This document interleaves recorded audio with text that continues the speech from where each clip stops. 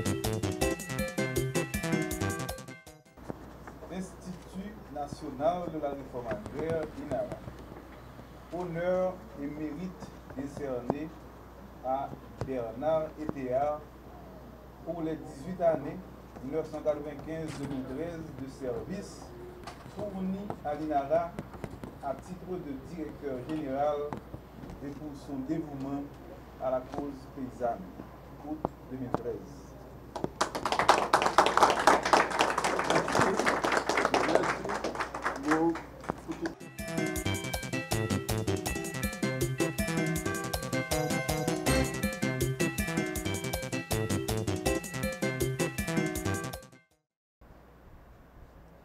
Bernard, chapeau bas. Jodi a, ou ap quitter l'INARA avec certainement sentiment d'un citoyen qui te fait tout ça capable pour mettre en place l'institution ça. Pays a reconnaissant envers eux.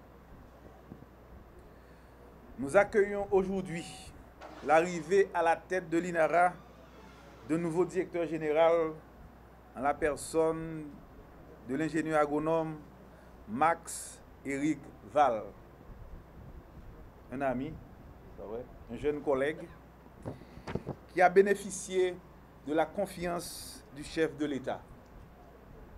En effet, par arrêté présidentiel en date du 29 août 2013, il a été fait choix de vous pour prendre les rênes de l'Institut national de la réforme agraire. Nous souhaitons ardemment que dès le départ, vous allez adresser avec intelligence, professionnalisme et pragmatisme la question foncière qui constitue la toile de fond de l'intervention du Premier ministre Laurent Salvador Lamotte lors du lancement officiel de la réforme foncière en Haïti au Caribé Convention Center. Il ne faut jamais perdre de vue que cette question constitue l'un des éléments basiques à la réussite du programme triennal de relance agricole 2013-2016 promu par le gouvernement. Je suis persuadé que vous allez faire de votre mieux pour ne pas démériter de la confiance placée en vous par le gouvernement. Au-delà du sentiment de vive émotion qui m'anime en cet instant solennel, j'éprouve un réel plaisir et c'est pour moi un insigne honneur de pouvoir servir ma patrie, ce pays que j'aime, comme directeur général de ce grand, important et bel Institut national de la réforme agraire INARA. En ce sens, c'est avec un élan naturel que, de façon particulière, j'adresse mes très sincères remerciements à son Excellence Michel Joseph Martelly, président de la République d'Haïti, et à son Excellence Laurent Salvador Lamotte, notre Premier ministre, pour la confiance placée en mon humble personne en vue de remplir cette délicate et noble mission de poursuivre, renforcer et réorienter et surtout matérialiser la politique agraire du gouvernement en général et la politique du ministère de l'Agriculture en particulier au bénéfice de tous les agriculteurs haïtiens, petits, moyens et grands.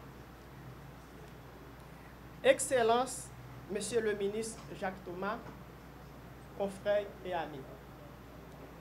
Permettez-moi de vous exprimer ma plus profonde gratitude pour avoir proposé ma personne, accueillir positivement ma nomination et accepter de procéder aujourd'hui avec enthousiasme à mon installation.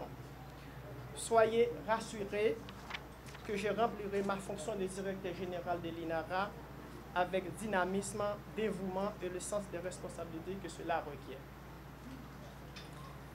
Je remercie de façon spéciale tous ceux qui, d'une façon ou d'une autre, ont contribué à la concrétisation de ce choix.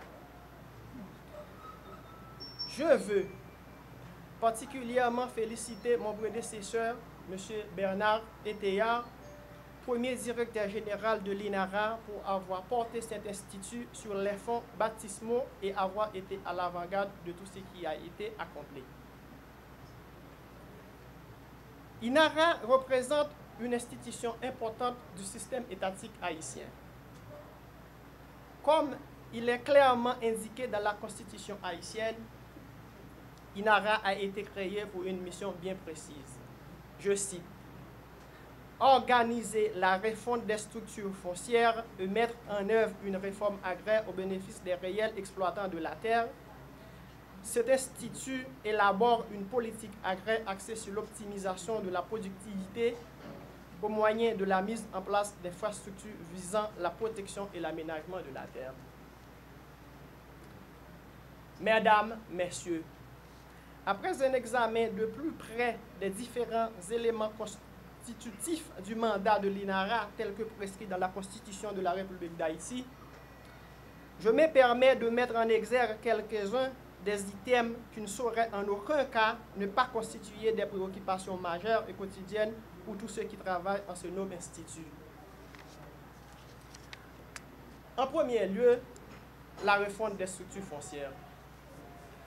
Les structures foncières, le mode de faire valoir des terres, qui définissent les relations entre l'exploitant agricole et la terre qu'il travaille, ont en Haïti une diversité et une complexité à plus d'un titre incomparable.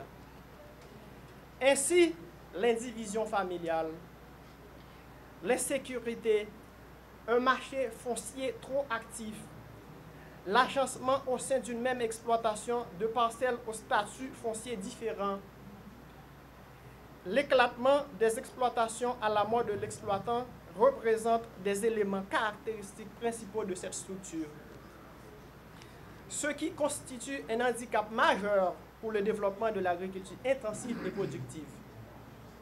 Il existe quelques grandes propriétés, notamment dans le nord et dans le nord-ouest. Les grandes propriétés sont généralement des terres de l'État dont la plupart sont occupées et exploitées dans certaines